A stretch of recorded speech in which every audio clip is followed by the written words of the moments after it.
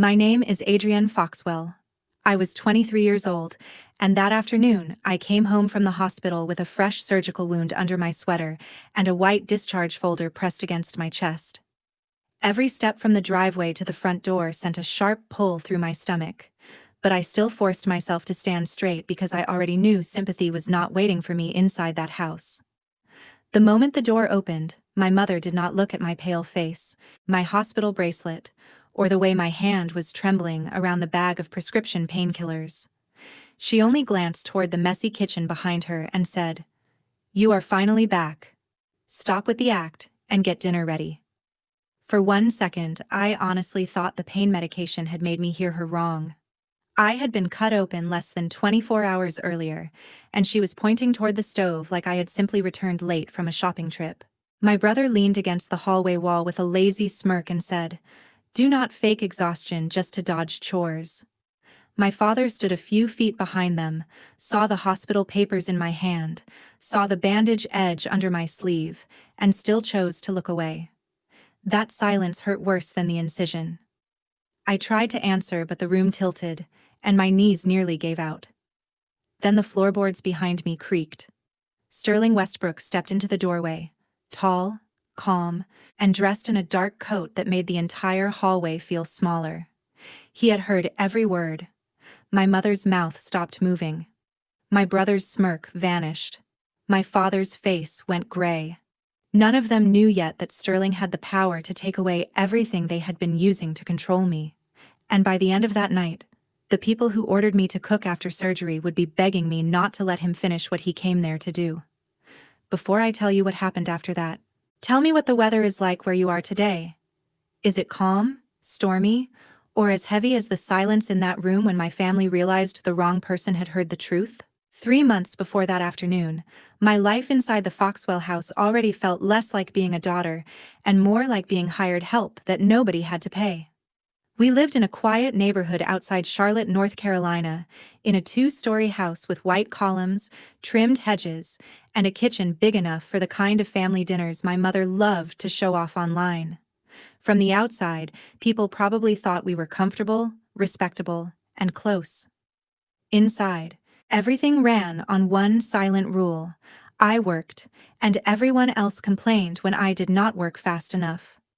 I was studying nursing at a community college 20 minutes away, and most evenings I picked up shifts at a local pharmacy to cover my books, gas, scrubs, and the small expenses my parents always said were my responsibility now that I was an adult. I did not mind working hard.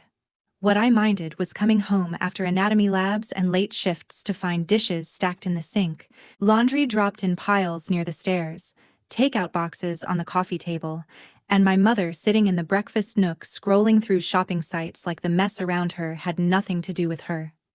Valerie Foxwell, my mother, had a talent for making laziness sound like authority. She always said she was managing the emotional tone of the home, which apparently meant ordering throw pillows, planning dinners, and criticizing how I folded towels. My brother, Preston Foxwell, was 26, unemployed, and permanently attached to his gaming headset. He called himself a content creator, but the only content I ever saw was him shouting at strangers online while empty soda cans multiplied around his desk. My father, Howard Foxwell, worked as a regional sales manager for a logistics company connected to Sterling Westbrook's investment group. He left early, came home tired, and treated every conflict in the house like a storm he could survive by staying very still. When my mother snapped at me, he looked at his phone. When Preston mocked me, he sighed. When I asked for help, he said, "Just keep the peace, Adrienne. You know how your mother gets." Keeping the peace meant I cooked dinner after 12-hour days. It meant I cleaned Preston's dishes because he said a real man did not scrub pans. It meant I picked up my mother's online orders from the porch, carried them inside, and listened while she complained that I had not vacuumed before the delivery driver arrived. The worst part was how normal they made it sound.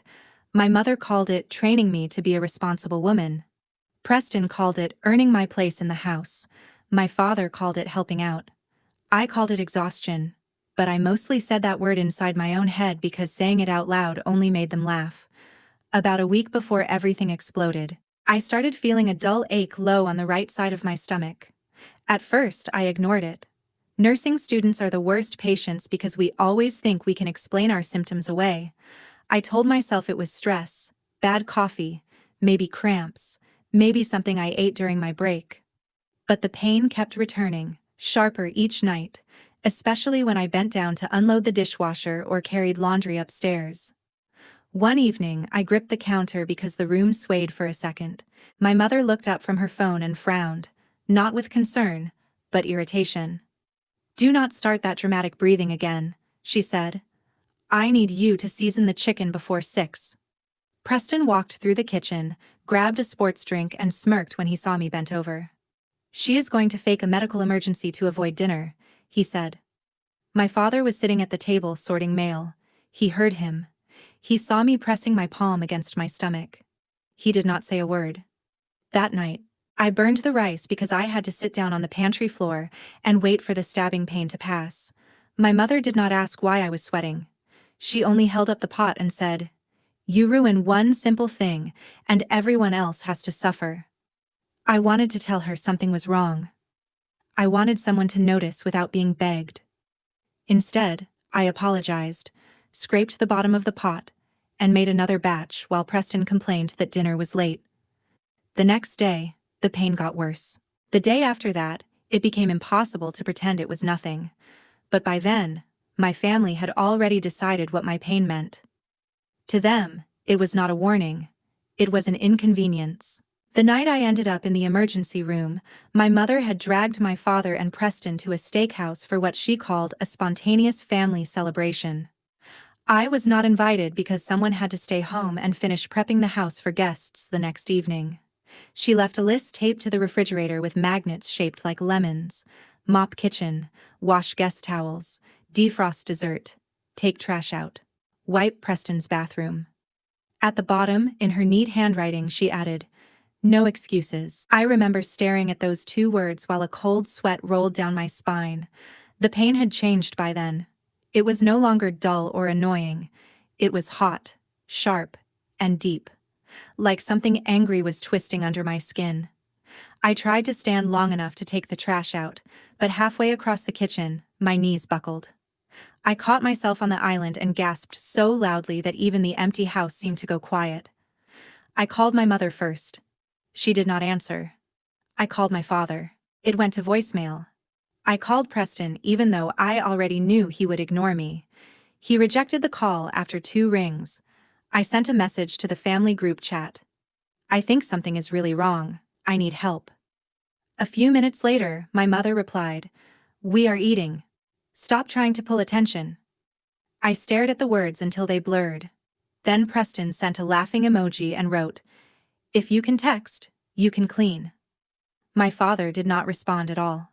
The pain became so intense that I crawled to the hallway bench where I kept my purse. I could barely think straight, but some small survival instinct inside me knew I needed a hospital. I ordered a rideshare because calling an ambulance felt too expensive, too dramatic, too likely to become another family accusation later. The driver looked alarmed the second he saw me bent over on the porch. He asked if I needed emergency services.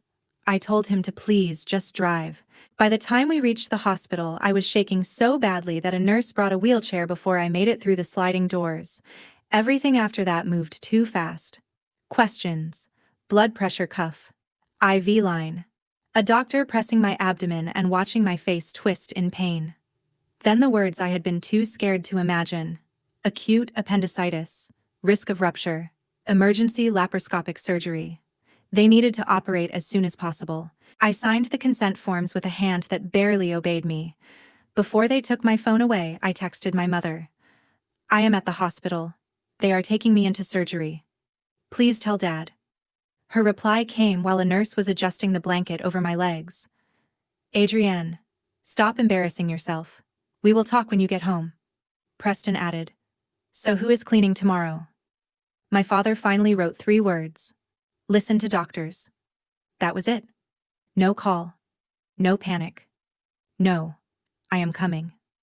Just 3 words, as if I had messaged him about a dentist appointment instead of emergency surgery. When I woke up, The recovery room lights were soft and blurry. My throat hurt from the breathing tube. My abdomen felt swollen and bruised, with small incisions covered under dressings. A nurse told me the surgery had gone well, but I needed rest, medication, and absolutely no heavy lifting. She asked who would be picking me up when I was discharged. I opened my mouth, then closed it again. I did not know. That answer should have been simple. A mother? A father? A brother? Anyone. But my phone sat on the table beside me, quiet except for 2 new messages from my mother. First, do not milk this. Second, we still have people coming this weekend. I turned my face toward the wall so the nurse would not see me cry, not because of the pain. The pain was awful, but it made sense. What broke something inside me was realizing that my family did not think my body could fail. They only thought my usefulness could be delayed. I had been cut open, stitched up, medicated, and placed in a hospital bed, and somehow the first thing they wanted to know was when I would come home and clean. Mina Caldwell arrived the next morning with a paper bag of soup, a clean sweatshirt, and the kind of fury that made the air around her feel warmer.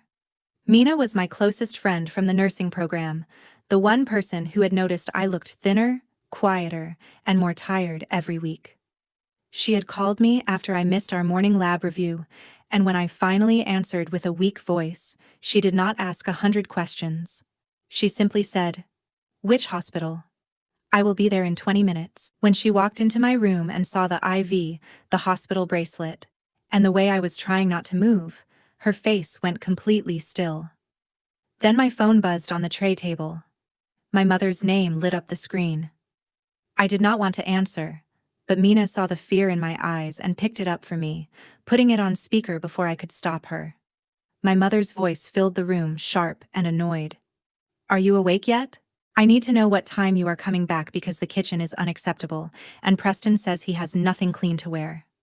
Mina looked at me as if she had just heard a stranger slap me. I whispered, "Mom, I had surgery. I cannot clean right now." There was a pause. Then my mother sighed like I had asked her to carry a mountain. "Adrienne, every woman has discomfort. Do not turn this into a performance." Mina reached over and ended the call. For a moment, neither of us spoke. Then she said, "You are not going back there alone." I tried to defend them out of habit. I said they were stressed. I said my mother had always been intense. I said my father probably did not understand how serious it was. Mina did not argue immediately. She opened the bag, set the soup on the tray, and waited until I had taken a few sips. Then she asked one question. If this were a patient in our clinical rotation, and her family treated her like this after surgery, what would you call it? I hated that question because I knew the answer. Neglect, emotional abuse, exploitation. Words I could identify in a textbook, but had spent years refusing to apply to myself. Mina asked if there was any relative outside the house who would believe me. I thought of Sterling Westbrook before I said his name.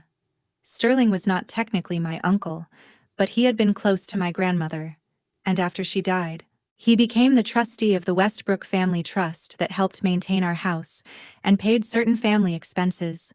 He was a former corporate attorney turned investor, a man people lowered their voices around without even knowing why. He had always been polite to me, distant but kind, and once, during my high school graduation dinner, he told me, "If you ever need help and everyone else is too proud to ask for it, you call me directly." I had never used that number. Calling him felt like detonating something under my own family. Mina held out my phone. "Then maybe it is time." My hands shook so badly that she had to dial for me. Sterling answered on the 4th ring.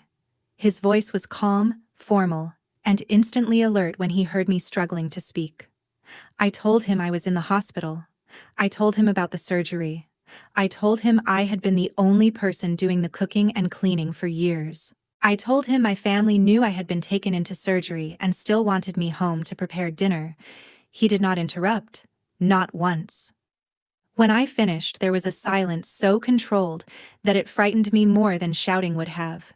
Then he asked, "Did your mother know you were being operated on when she sent those messages?" I said yes. "Did your father know?" I looked at the phone and swallowed. Yes. Sterling's voice dropped. Keep every message. Photograph your discharge papers. Do not warn them I am coming. I am leaving now. Mina closed her eyes in relief, but I felt my stomach tighten for a different reason. I knew my family feared Sterling. My mother called him cold. Preston called him a rich control freak. My father called him Sir.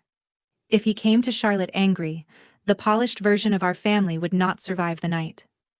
Sterling arrived before my discharge was finalized. He walked into my hospital room in a dark coat, carrying nothing but his phone and a leather folder. He did not hug me or give a dramatic speech.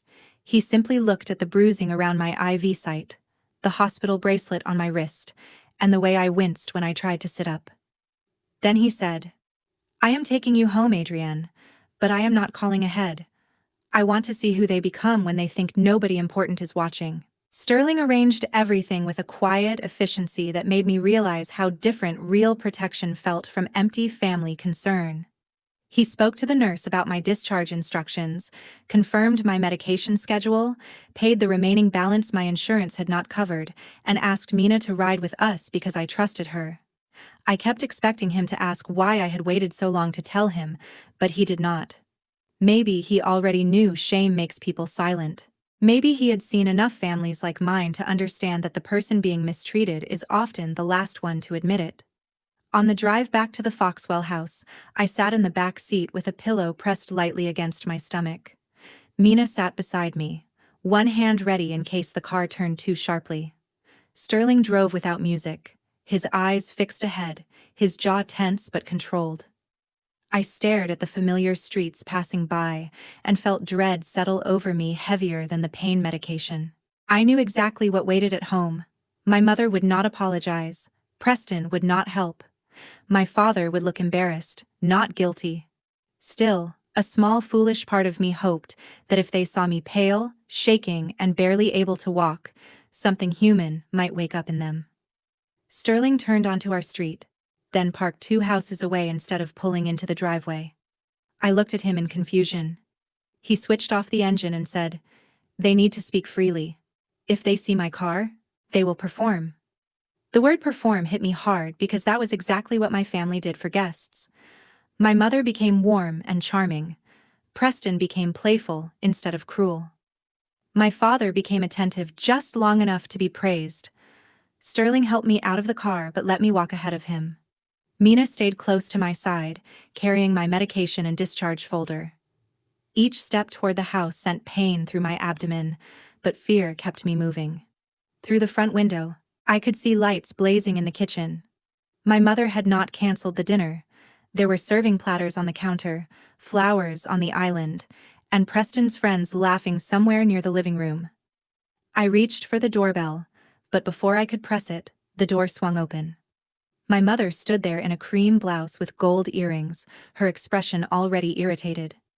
She looked past me first, probably expecting groceries, then her eyes dropped to the folder in my hand. For one breath, I thought she might soften. Instead, her mouth tightened. "You are finally back," she said. "Stop with the act, and get dinner ready." The words landed exactly where the stitches were. Preston appeared behind her holding a game controller, his hair messy, his face smug. "Do not fake exhaustion just to dodge chores," he said. "We all know you love attention." My father stood near the dining room entrance. Howard Foxwell looked at the hospital bracelet on my wrist, then at my face, then down at the floor. He did not tell them to stop. He did not say, "She just had surgery." He did not even say my name. My mother picked up an apron from the console table and tossed it toward me. It hit my arm and slid to the floor. The humiliation burned so hot that for a moment I forgot the physical pain. The room tilted. My knees weakened. Mina whispered my name and reached for me, but before I could collapse, Sterling stepped into the doorway behind us. He did not rush. He did not shout. He simply entered the house with the cold patience of a man who had just confirmed exactly what he came to see. The laughter from the living room faded as people noticed him. My mother froze so completely that her earrings stopped swinging. Preston's smirk vanished like someone had wiped it off his face. My father went gray. Sterling looked at the apron on the floor, then at my mother, then at Preston. His voice was low, almost quiet. "Did you just order a woman who left surgery this afternoon to cook for you?" Nobody answered. My mother opened her mouth, but no sound came out. Preston lowered the controller. My father straightened like an employee caught stealing.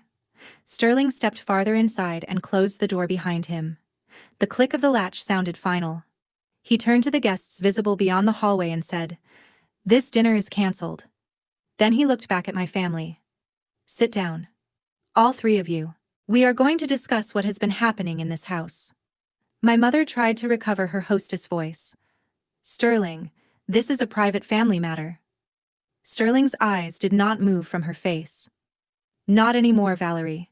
Not when this house, those vehicles, and half the bills you enjoy pass through a trust I control." The color drained from her cheeks. Preston looked at my father as if expecting rescue. My father looked at Sterling and said nothing. For the first time in my life, the silence in that house was not protecting them. It was burying them. Sterling directed everyone into the living room like he had done it 1,000 times in boardrooms where people lied until documents proved they could not. My mother sat on the edge of the sofa with her hands clasped tightly in her lap, performing dignity even while her face twitched with panic. Preston dropped into the armchair, still trying to look bored, but his knee bounced so fast it shook the cushion. My father remained standing until Sterling looked at him and said, "Sit, Howard." He obeyed instantly. Mina helped me into a chair near the fireplace and tucked the small pillow between my stomach and the seatbelt bruise from the ride home. I had never felt so weak and so strangely powerful at the same time. Sterling connected his phone to the television. My mother saw the screen mirror his folders and sat forward. "What is this?" she asked. Sterling did not answer her. He opened a file labeled Household Trust Review. The first image was a screenshot of my mother's text telling me not to milk my surgery because guests were coming. The second was Preston's message asking who would clean tomorrow. The third was my father's 3-word response, "Listen to doctors," sent after he knew I was being taken into emergency surgery. Sterling let the room sit with those messages long enough for them to become heavier than any speech. Then he said, "Adrienne was in a hospital bed recovering from an operation, and this is what her family sent her." My mother's voice came out thin. "You are taking things out of context. She has always been dramatic about pain." Sterling clicked to the next image. It was my discharge order. No lifting, no bending. Rest required. Watch for fever, bleeding, worsening pain. He read those lines out loud, slowly, each word pressing into the room. Then he looked at Preston. "Would you like to explain why you accused her of faking exhaustion after receiving confirmation she had been in surgery?" Preston's face flushed. I did not know it was that serious. Mina laughed once, sharp and humorless. She had a hospital bracelet on her wrist. Preston glared at her, but Sterling raised one hand and he stopped. Then came the financial records. My mother's posture changed immediately. Sterling opened months of trust disbursements for household maintenance, grocery expenses, medical support, transportation, and education. Beside them were credit card charges that did not look like groceries, medical support, or education, designer home decor, luxury skincare, subscription boxes, restaurant bills, 3 separate charges for private event catering during weekends. I had been working late, and then cleaning after everyone went home. My mother began shaking her head before Sterling even spoke. Those were necessary household purchases. Sterling zoomed in on a receipt for a $1,200 set of decorative lamps. "Necessary for whose survival, Valerie?" The room was silent. He moved to Preston's records next. Car insurance paid by the trust. Fuel card paid by the trust. Phone bill paid by the trust. Gaming equipment purchased under a category labeled Professional Development, approved by my father. Sterling turned to Howard. "Explain professional development." My father rubbed his forehead. "Preston said he was building an online business." Sterling opened another file. It showed Preston's bank deposits, tiny and inconsistent compared to the thousands charged for equipment, food delivery, and entertainment. "He has not built a business," Sterling said. "He has built an excuse. And you approved it because it was easier than parenting him. Preston finally snapped. Why is everyone acting like Adrienne is perfect? She lives here too. She should help. My voice surprised me when it came out. Help is when everyone carries something. What you wanted was for me to carry everything. Preston looked away. My mother seized the opening, turning towards Sterling with tears suddenly gathering in her eyes. I was trying to raise her properly. Girls need discipline. They need to know how to run a home. Sterling stared at her as if she had said something obscene. A woman recovering from surgery does not need discipline. She needs care. Your daughter was ill, and your first instinct was to protect your dinner party. My mother's tears slipped down her cheeks, but they did not move him. She reached toward my father. Howard, say something. My father looked at her, then at me. For the first time all evening his mask broke. I saw shame there, real and ugly. He whispered, I should have gone to the hospital. My mother turned on him. Do not you dare make me the villain. You knew how this house worked. You liked having her do everything because it made your life easier too. Sterling nodded once, as if that confirmed what he already believed. Exactly. This was not one woman losing her temper. This was a system, Valerie demanded. Preston mocked. Howard ignored. And Adrienne paid for it with her body. He closed the message folder and opened a legal document. Effective immediately, Valerie, your trust card is frozen. The household discretionary account is suspended pending audit. Preston, the vehicle you drive is registered under a trust-owned company. It will be collected tomorrow morning. Your phone plan and fuel card end tonight. Preston jumped up. You cannot do that. Sterling did not blink. I already did. Sit down. Preston sat. My mother covered her mouth, but Sterling was not finished. Howard, your authority to approve family expenses is revoked. I will be notifying the company's compliance officer that trust funds were miscategorized under your approval. My father looked as if the floor had dropped beneath him. Sterling continued. As for this house, Valerie and Preston may remain for 30 days under written conditions. After that, they either contribute documented rent and expenses, or they leave. If either of them harasses Adrienne, the 30 days becomes 7. My mother's crying turned into open panic. Sterling, please. This will destroy us. No, Sterling said. What destroyed this family was ordering your daughter to cook while she was still bleeding under bandages. This is only the bill arriving. The next morning, consequences moved through the Foxwell house faster than any apology ever had. My mother discovered her trust card was frozen when she tried to order more flowers to save the dinner party she still somehow believed mattered. The transaction declined twice. I heard the sound from my room, that tiny electronic beep of refusal, followed by a silence so satisfying I almost smiled despite the pain. Preston learned the truth when 2 men arrived at 10 o'clock with paperwork for the car he had been driving for 3 years without making a single payment. He argued on the porch in sweatpants and bare feet, saying there had to be a mistake, but Sterling had left no room for mistakes. The vehicle belonged to a trust-linked company, and Preston had no employment, no contract, and no right to keep it. By noon, his gaming chair was listed online. By evening, he was calling old friends asking if anyone knew a warehouse hiring night shift. My mother spent most of the day moving through the house like a queen whose crown had been quietly removed. She opened cabinets and realized groceries did not appear by magic. She looked at laundry baskets and realized clothes did not fold themselves. She stared at the kitchen after breakfast and waited for someone else to clean it. But I was upstairs in bed under doctor's orders. Mina was beside me, and Sterling had hired a temporary home health aide whose job was to care for me, not serve them. My father came to my doorway around sunset. He knocked softly, which was strange because people in that house usually entered my space like it belonged to them. He looked older than he had the night before. Adrienne, he said. I am sorry. I wanted those words for years, but when they finally arrived, they did not fix anything. I looked at him and said, I know, but sorry does not change what you allowed. His eyes filled, and for once, I did not comfort him. He told me Sterling had removed his control over household expenses and ordered a full review at work. He said he deserved it. I said nothing, because maybe he did.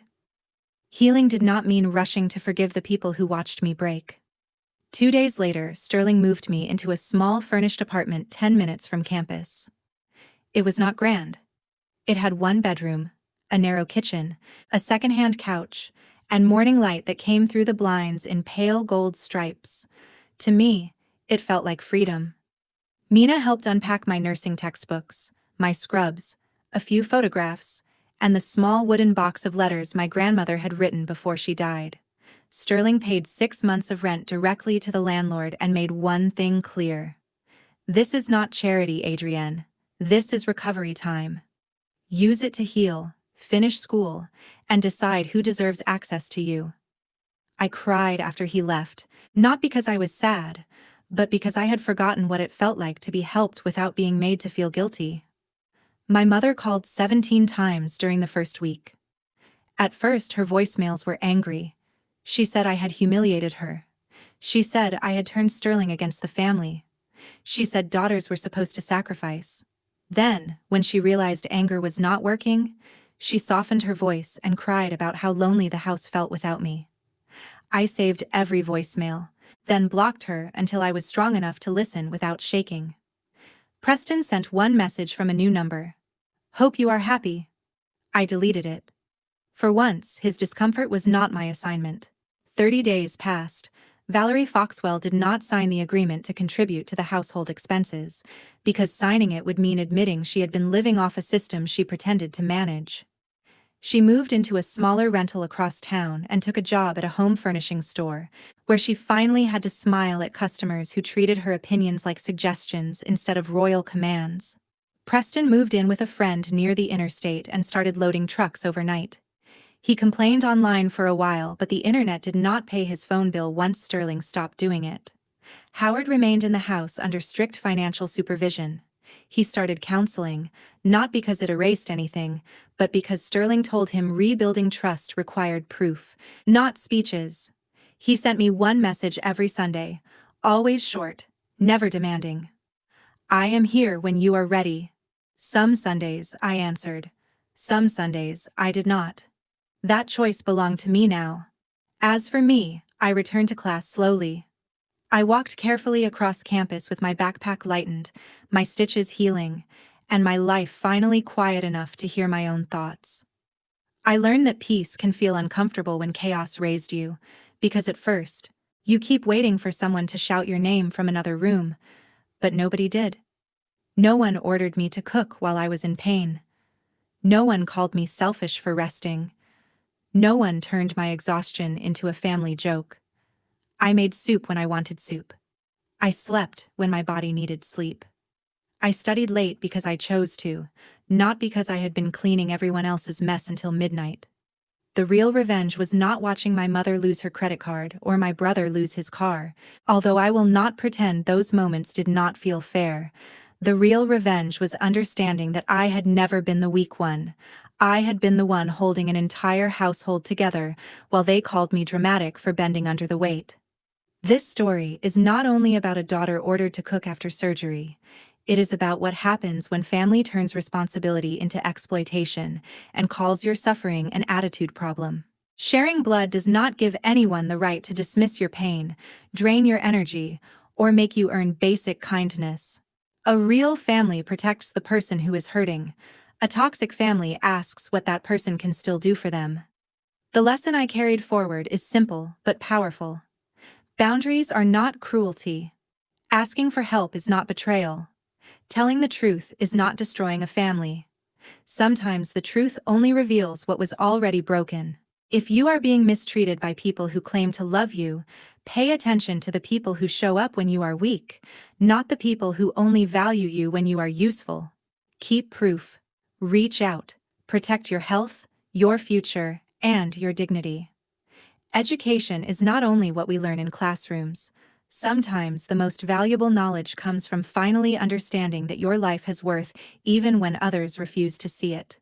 So if you were in Adrienne Foxwell's place, freshly out of surgery and ordered to serve the very people who ignored your pain, would you have stayed silent to keep the peace, or would you have let Sterling Westbrook expose the truth? Share your thoughts, because stories like this remind us that self-respect can be the first step toward real healing. My team and I are working hard to make every story meaningful, emotional, and strong enough to leave a message behind. This is a fictional story created only for storytelling, entertainment, and education. We hope it encourages viewers to understand that walking away is not losing. Sometimes it is the only way to win your life back.